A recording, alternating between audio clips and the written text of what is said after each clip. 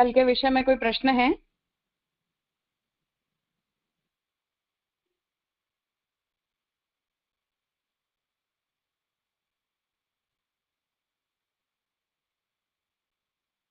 ठीक है, तो हरिराय वांग मुक्तावली के अंतर्गत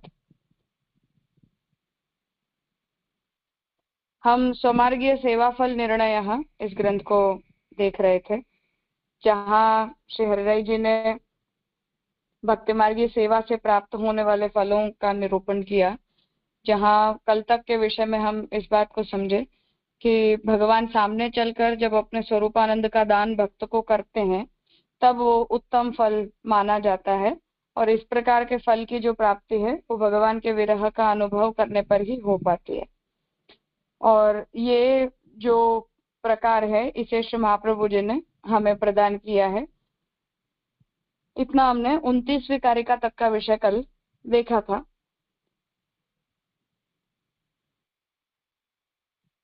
आज आगे 30वीं कारिका से कर रहे हैं। तदाश्रयः सदा कार्यः सर्वभावेन सर्वथा भविष्यति तदेकात्म विश्वास संयुजाम नृणाम। इसलिए सर्व भाव से हर प्रकार से उन श्री महाप्रभु जी का सदैव आश्रय करना चाहिए। उन श्री महाप्रभु जी में अनन्य विश्वास रखने वाले मनुष्यों को यह फल सिद्ध होगा। तो पिछली कारिका की कंटिन्यूटी में यहाँ श्री हरिराय जी आज्ञा कर रहे हैं कि क्योंकि हमें श्री महाप्रभु जी की कृपा से ही भगवान में इस प्रकार के भाव की सिद्धि हो पाती है, इसलिए श्री महाप्रभु जी का हमेशा हमें आश्रय करना चाहिए। और महाप्रभु जी में जो अनन्य विश्वास रखने वाले मनुष्य हैं उन्हें ही महाप्रभु जी की कृपा से इस प्रकार के भगवान के स्वरूपानंद रूपी फल की प्राप्ति होती है।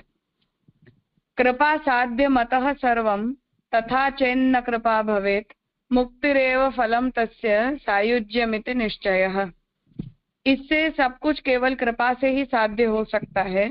अब यदि उस प्रकार की कृपा न हो तो ऐसे मनुष्य को सायुज्य मुक्ति यही फल मिले यो निश्चित जानना। तो अब हरिराय जी इसमें कुछ डिफरेंशिएशन ला रहे हैं कि उत्तम फल पुष्टि मार्ग में तो यही होता है कि जीव को भगवान अपने स्वरूपानंद का अनुभव करवाएं, परंतु यदि वो अनुभव जीव को नहीं हो पाता है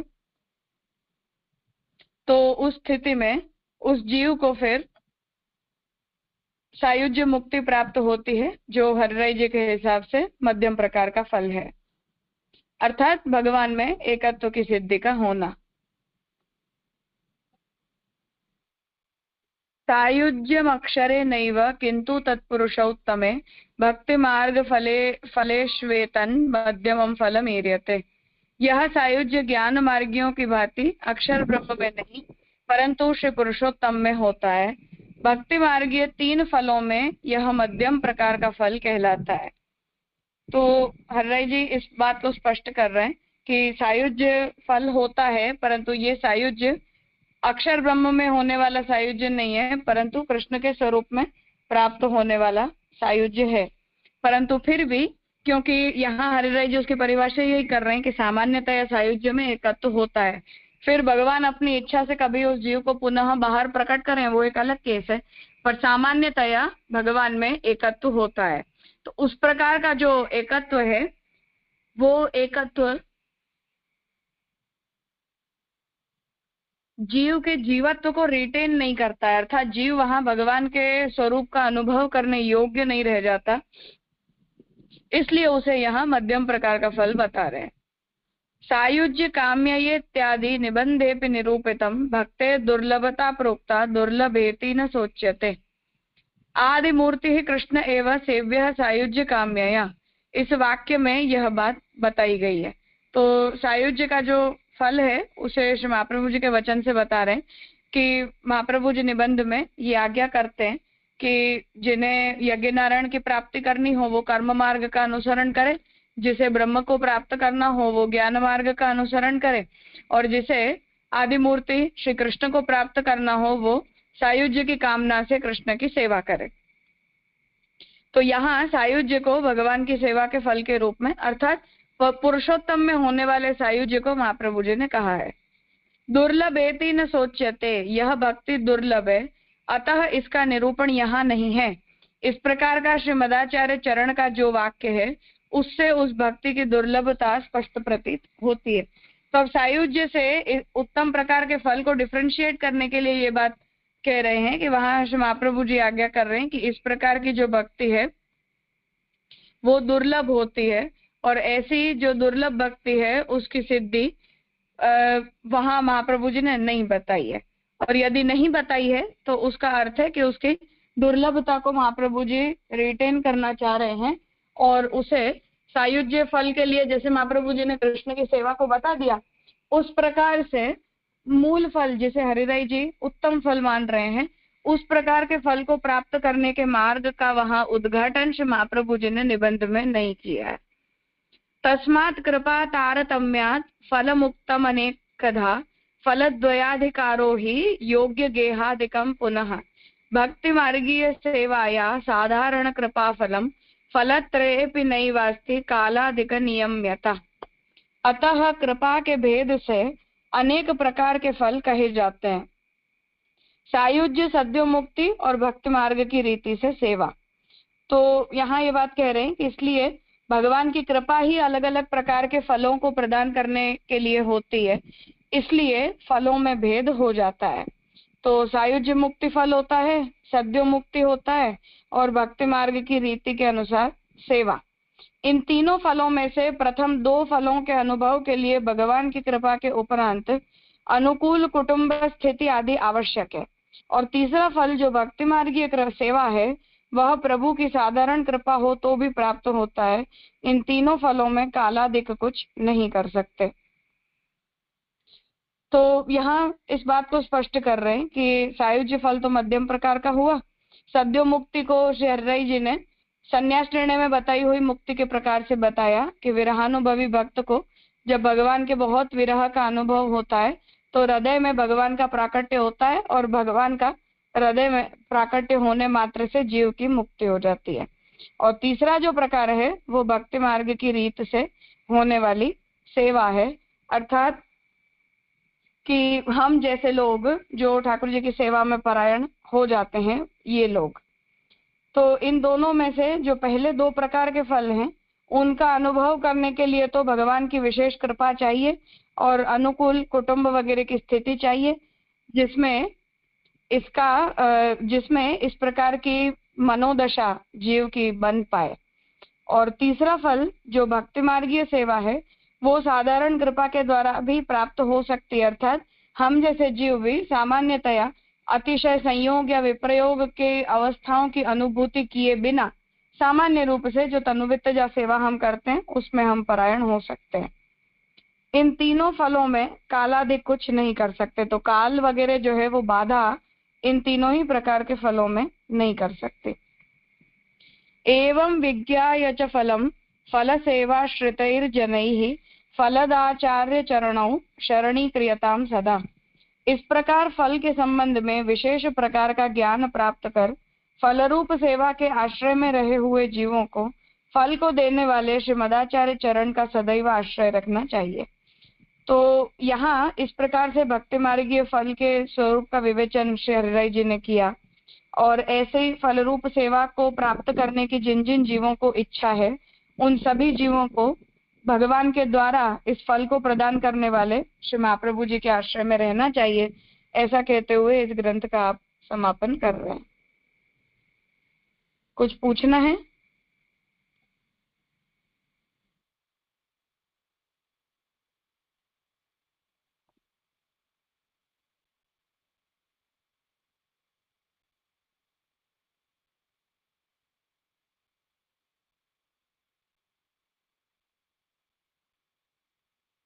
हाँ मास्टर जी कहिए। जैसे मेरा पिछले ग्रंथ का है, एक दिन जो मेरी लिंक नहीं जुड़ पाई थी, ये एक प्रश्न छूट गया है मेरा, स्वमार्गी सेवा फल निरूपण में 8वें नंबर में, जैसे पूछ लूं? हाँ जय।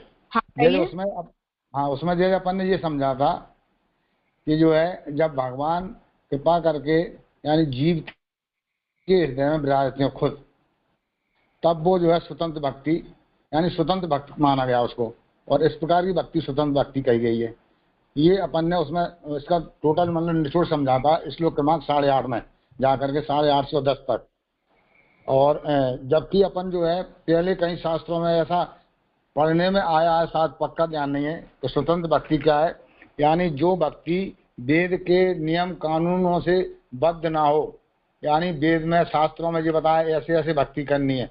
इसमें जैसे जो है अपना ठाकुर जी ने खुद ही जो है महाप्रभु जी को समझाया कि मेरी भक्ति इस तरह से करनी है, तो वो स्वतंत्र भक्ति है, नियम कानून से बद्ध नहीं है, उसको स्वतंत्र भक्ति माना जाए।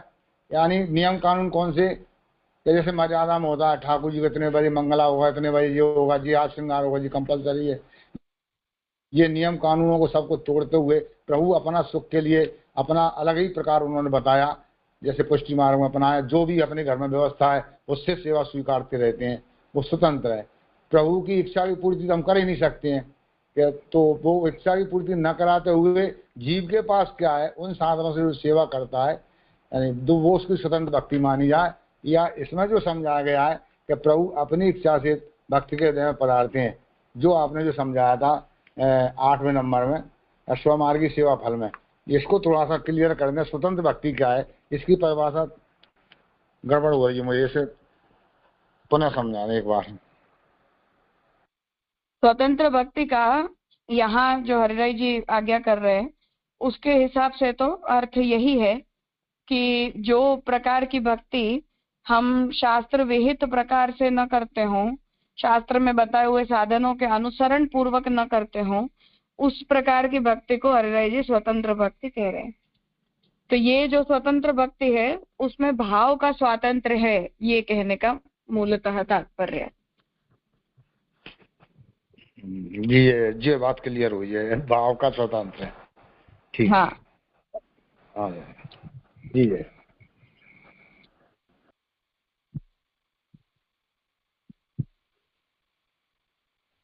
हाँ कृणाल।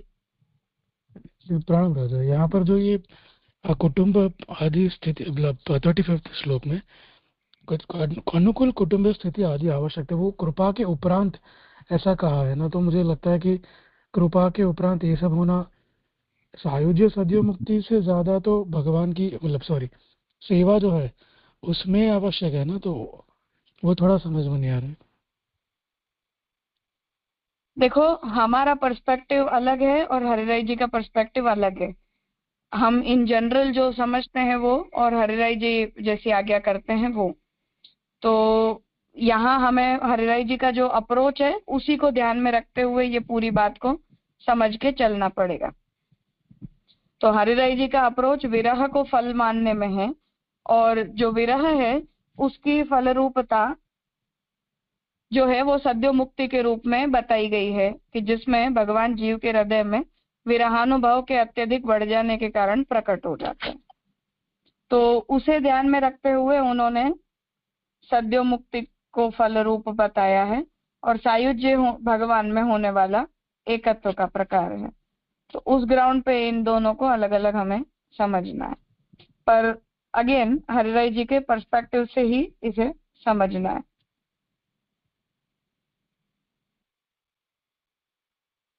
जी राजा, वो समझ में आता है।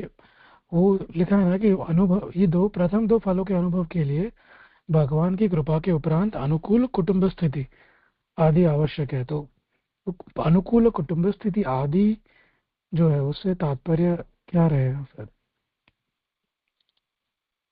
अनुकूल कुटुंब स्थिति का मतलब है कि ये फलात्मक जो कंडीशंस हैं उन्हें डेवलप होने के लिए भक्त की मनोदशा का स्थिर होना आवश्यक है, और ऐसी जो मनोदशा है उसकी स्थिरता पारिवारिक अनुकूलता के होने पर ही हो सकती है। अर्थात इसमें या तो अत्यधिक विरहानुभव चाहिए, जिसमें फिर से फैमिली का एनवायरनमेंट उस प्रकार से होना चाहिए कि जिसमें जीव इसके ऊपर कॉन्सेंट्रेट करके और भगवत विरह का अनुभव ये न के न प्रकारेण करे, और ऐसा जो अनुभव है वो करते करते फिर उसके हृदय में ये प्रकार के भाव प्रकट होते हैं, जिससे ऐसी फलात्मक दशा प्राप्त होती है। जी, माने वो कंसंट्रेशन या उसमें विघ्न ना हाँ होना मतलब, चाहिए। हाँ तो फलात्मक दशा के लिए तो ऐसा चाहिए, पर हमें हमें जब तक फलात्मक दशा को प्राप्त नहीं होना है, या जब तक ऐसी दशा हमारे सामने नहीं आनी है, तब तक तो फिर चल जाता है। हम जैसे हम सभी लोग कर रहे हैं, तो ना तो अत्यधिक संयोग फील होता है और ना अत्यधिक वियोग की फीलिंग होती है। जी राजा, समझ में। हम्म।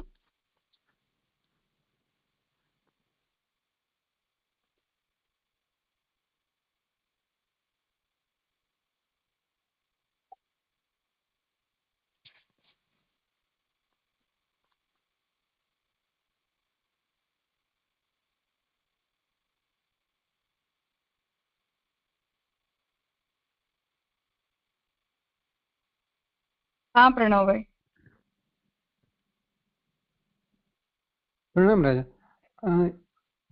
अर्थात अभी जो आपने समझाया, तो ये जो 29वें श्लोक में जो बात आई, वो वहां पर जो फल रूप से बता रहे अलौकिकस्य दान की, तो उसे हम यहाँ पे बताई सद्य मुक्ति में गिनेंगे, वैसे समझना है? हाँ अर्थात भगवान का जीव के हृदय में प्रकट हो जाना, जो संन्यास निर्णय में बताया हुआ प्रकार है ना, उसे सद्यो मुक्ति का है। अच्छा, मतलब सेवा फल से जो अलौकिक सामर्थ्य है वो प्रकार, उससे इन तीन को लेना, वैसे कंपैरिजन नहीं समझना है। हाँ नहीं, वैसे नहीं। अच्छा, तो ये दोनों जो स्थिति है, उसमें मतलब यहाँ पर तीसरी स्थिति में सेवा का में साधारण कृपा बता रहे हैं, तो प्रथम दो में भी सेवा प्रकार है भक्ति मार्गीय, पर वो भक्त का उतना उत्कृष्ट वियोग और विप्रयोग है उस समय सेवा के अंतर्गत, जिसके कारण उसे ये प्रकार का फल मिल रहा है। ऐसे ठीक है समझ? हाँ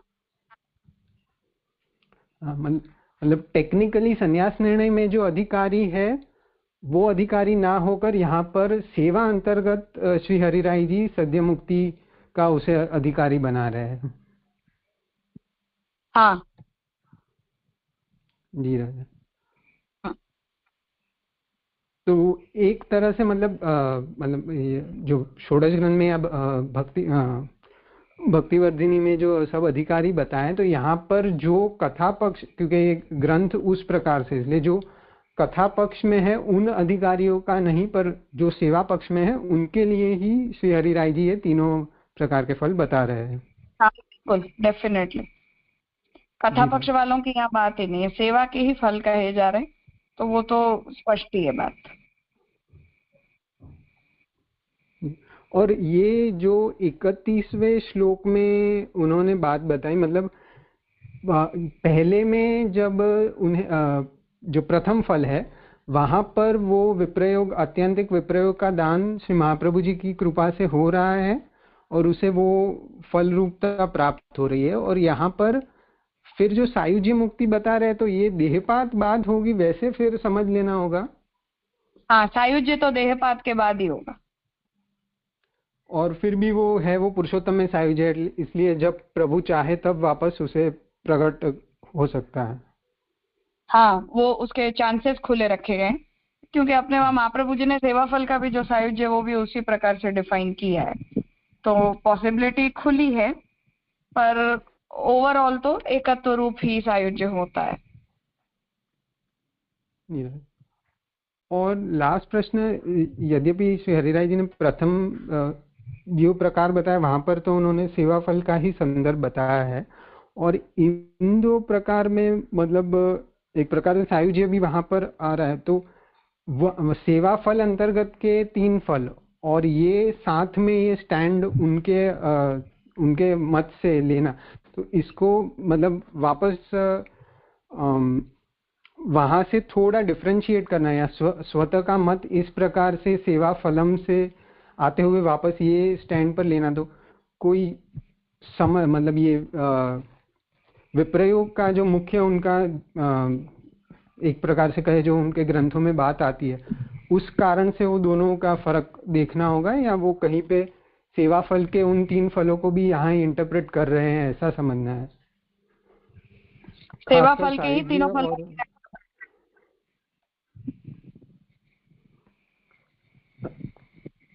अच्छा, तो वहां पर राजा जो अलौकिक सामर्थ्य है और वो वैकुंठ सद्यो आदि मुक्ति है। में।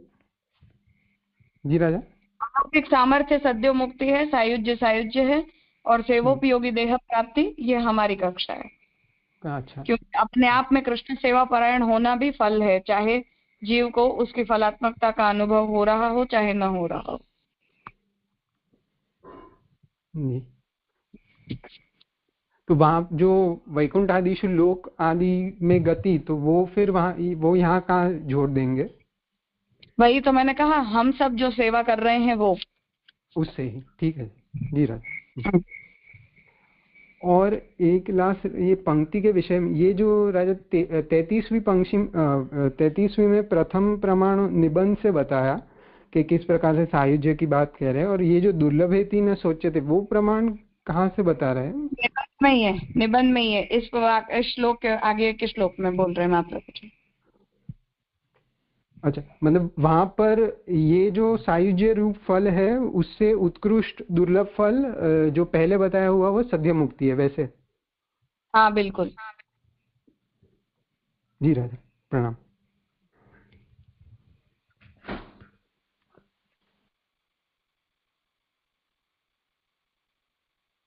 हाँ कहिए।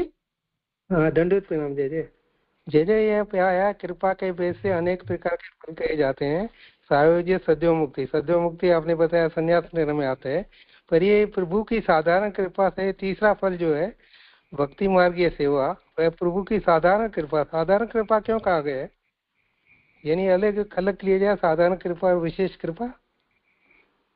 हाँ वो इसलिए क्योंकि अभी फलात्मक दशा आई नहीं है, तो जो साधारण दशा में इस प्रकार की अनुभूति वो जीव को हो रही है, वो अनुभूति साधारण कृपा कहलाती है। अर्थात हम जैसों को मानो जैसे ठाकुर जी की सेवा का मौका मिला है, तो हम भी सेवा तो हम कर ही रहे हैं, तो ये अपने आप में साधारण कृपा है भगवान की कि हमें इतना मौका भगवान ने दिया, ऐसा चांस हमें मिला। यानी साधन अपन कर रहे हैं, वही बात आ रही है। हाँ, हम जो साधन कर रहे हैं वही। साधन भी तो जय जय प्रभु की कृपा से ही कर रहे हैं ना, इसीलिए तो उसे भी फल की कक्षा में रखा है ना। अच्छा जय जय। हाँ, तो विशेष कृपा में क्या मिलेगा जय अपने को? सद्यो मुक्ति और सायुज्य मुक्ति। सायुज्य सद्यो मुक्ति सेवा फल में आ रहा है, वही आ रहा है। हाँ वही। जय जय, ठीक है, दंडवत प्रणाम लीजिए। क्योंकि हरिराय जी के लिए ठाकुर जी के श्रीअंग का स्पर्श अपने आप में बहुत बड़ी बात है, तो हरिराय जी वहां ये आज्ञा करते हैं कि बहुत ज्यादा उत्तम अधिकार जीव का हो, तब जाके उसे प्रभु के स्पर्श करने का भी अधिकार प्राप्त होता है। तो उसे हम जितना लाइटली लेते हैं उतना लाइटली हरिराय जी नहीं लेते हैं, और जब तक ऐसा अधिकार न बने तब तक भगवान का निरावरण स्पर्श नहीं होता है, सावरण ही स्पर्श होता है। अर्थात जैसे विभूति रूप से भगवान स्वीकारते हैं उस प्रकार से हमसे भी स्वीकारते हैं, परब्रह्मतया उसका स्वीकार भगवान नहीं करते हैं। तो ऐसा ओपिनियन होने के कारण यदि भगवान हमारी सेवा से प्रसन्न है और हमें भगवान के श्रीअंग के स्पर्श का मौका मिल रहा है, तो उसे हरिराय जी ने अपने आप में फल कहा है। जय जय, ठीक है, दंडवत प्रणाम जय जय। हाँ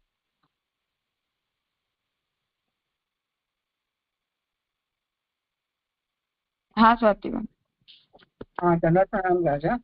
राजा 29 श्लोक में हरिराय जी ऐसे बता रहे हैं कि भगवान जब जीव के हृदय में प्रकट हो जाते हैं वो उत्तम मुक्ति है, यानी स्वरूपानंद जब होता है वो उत्तम मुक्ति है। 31 में ऐसे बताते हैं कि जो अब ऐसे लग रहा है कि सायुज्य मुक्ति है वो सेकंड ग्रेड की है। अगेन 33 में वो आदिमूर्ति कृष्ण एवं सेव्य सायुज्य कामया, वहां ये बता के आगे बता रहा है दुर्लभेति न सोचते, यानी वो भक्ति दुर्लभ है। तो दुर्लभ सायुज्य की मुक्ति दुर्लभ नहीं है। अच्छा अच्छा, ओके, सामान्य है, और सद्यो मुक्ति वाली दुर्लभ है करके उसे अलग बताया है।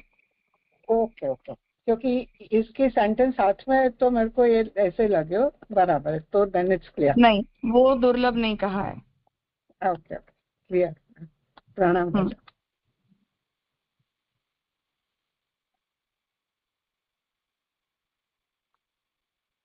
ठीक है, तो आज यहाँ रखते हैं, आगे वाला ग्रंथ कल करेंगे।